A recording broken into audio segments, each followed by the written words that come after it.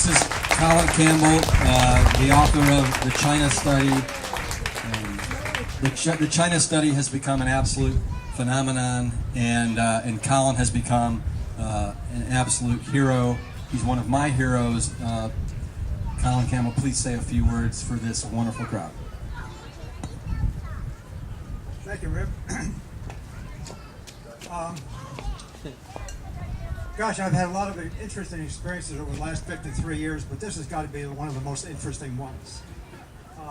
To look at this testosterone guy, talk about vegetarianism.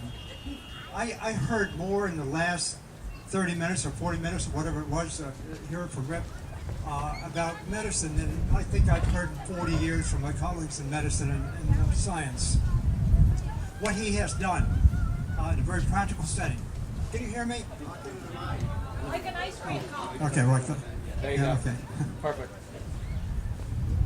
What Rip has done is really, truly amazing, as you can tell.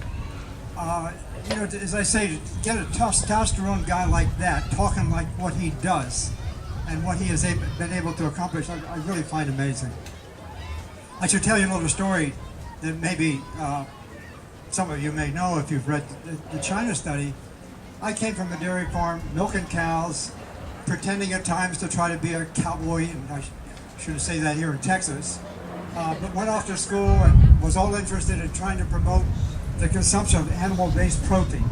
Many of you may know, and so it was actually through the years that I gradually sort of obviously got some data that I found very interesting, but along the way, the reason I say that is because along the way, only maybe, I don't know, I think maybe 20 years ago when I was just kind of warming up to this idea and the evidence was starting to look pretty persuasive, and I was teaching at a senior level in nutritional biochemistry at Cornell University, and the very traditional stuff. I think there was about 180 students in the class, something like that. And one day I heard there was this guy in the class who was said to be a vegetarian. And I thought vegetarians were strange people. And so I went off and told my colleague, I said, who actually occasionally lectured in the course, says, "You know, we got a vegetarian in the class." This is just about 20 years ago. And so my journey, in a sense, has really come a long way to finally end up here with someone like Rip and his family, his amazing family. But in any case, to go back to the guy who was in my class, along the way he somehow maneuvered around and got a little job in my laboratory from my lab manager. I didn't know that, but he came in and just sort of washing some glass, sort of making a little extra money, getting wet.